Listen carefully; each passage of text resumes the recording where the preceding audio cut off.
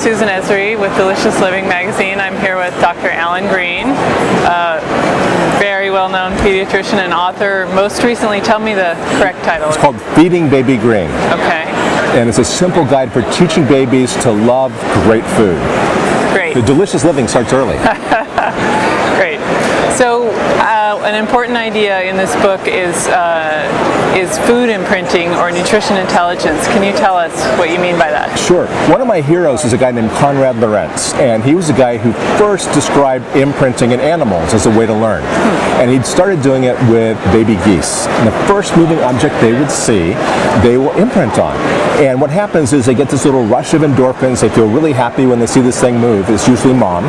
And then when mom walks away, the endorphins fall. They don't feel okay, so they toddle after, and the endorphins come back, and very quickly they fall in love with her. And they'll follow her everywhere. They'll imitate her. It's fantastic. But you can trick the imprinting. If the first moving object they see is a toy train, they will imprint on the toy train. And they will follow that around. And if mom is reintroduced and she squawks at them and honks and nudges them, they'll ignore her. It's this really sad thing that happens. And actually, when they grow up, they'll even try to mate with a toy train. And geese mate for life. This is not a good thing.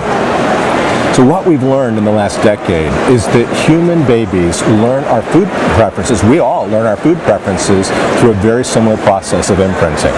It's not a one-shot deal like the goose, the very first thing you taste. Thankfully, it takes a bunch of times to be exposed to things we see and hear and taste and touch. But we learn how much to eat, we learn what foods we're going to like, the sources of food we like, and our metabolisms are even set all by imprinting over a 34-month window. And so Feeding Baby Greene is about how it's really easy to have your kids imprint on loving great foods, being their comfort foods. So the key of what somebody should do when they have a baby is... Well, it used to actually always just work. Back when my dad was born, there was no such thing as baby food.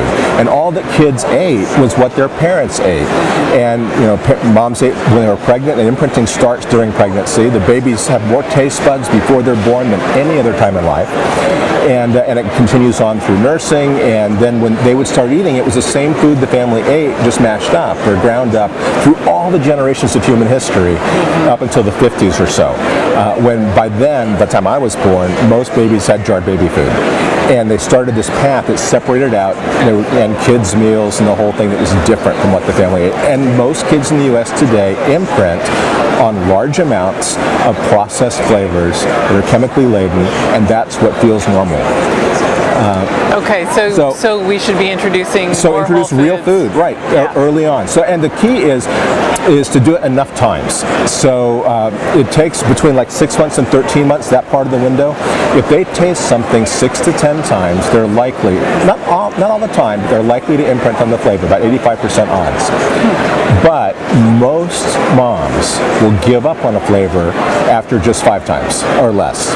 94% of moms will give up by 5 times because they think, oh, they don't like broccoli or they don't like peas. But it's not that. They're built to learn. You don't want them to imprint the first couple times because it might be Lego block or something they fall in love with.